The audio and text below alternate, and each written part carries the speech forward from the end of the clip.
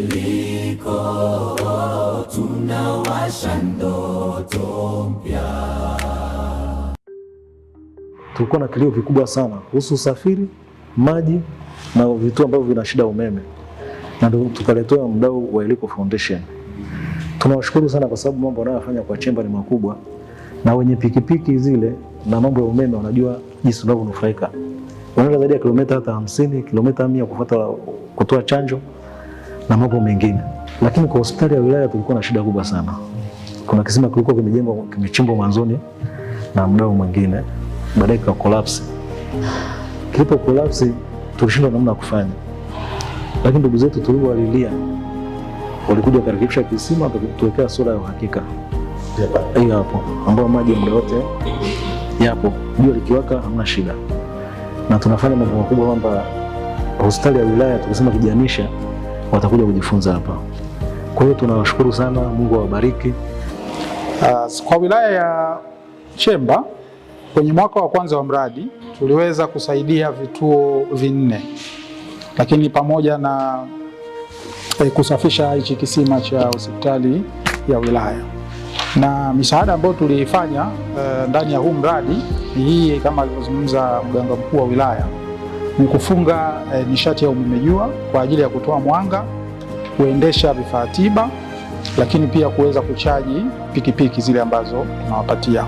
Na kwa sasa kwa hapa Chemba tumeshasaidia jumla ya vituo 5 kwa maana ya zahanati kupata hiyo mifumo ya sola, pikipiki, na leo wanapata kompyuta, vifaa vya tehama. Lakini pia kwenye hospitali ya wilaya kama alivyosema DMO, tumesaidia kwenye hili swala la kisima na sasa maji ni ya uhakika, na kwenye zahanati ya Makamaka tuliweza kuunganisha kile kituo na maji yaliyokuwepo karibu.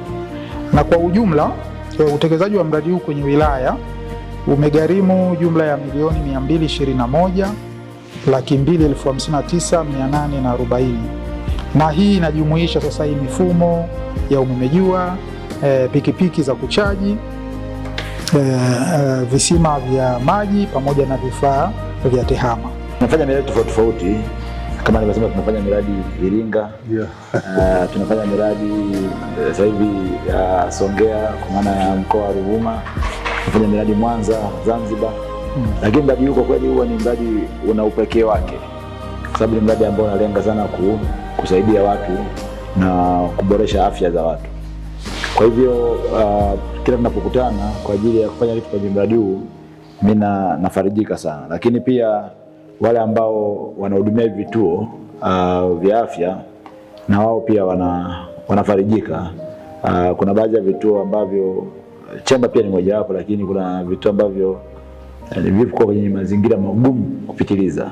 Lakini tunapata pia picha nzuri kutoka kwa wenzetu. Kuna watu ambao kwa mfano juzi walitufuata, wanataka pia wasapoti vituo. Kwa hiyo ikitokea wanajitokeza watu wengine, nadhani Chemba ni sehemu ambayo tutaipa kipaumbele. Bado na changamoto nyingi sana. Specifically kwenye maji. Sahihi. Yaani mimi hofu yangu sana mchungu wangu ni kwenye maji. Maji ndio kila kitu. Maji ndio uhai. Sehemu kubwa sana ya fedha za serikali zinatumika kununua madawa. Ni kwa nini? Kwa sababu magonjwa ni mengi. Magonjwa, sehemu chanzo kubwa cha magonjwa ni maji.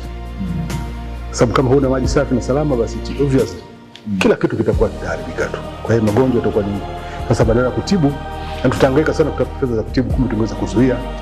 Kwa hiyo niwaombe tena wenzetu wa Eliko Foundation tusaidie kadri itakavyowezekana.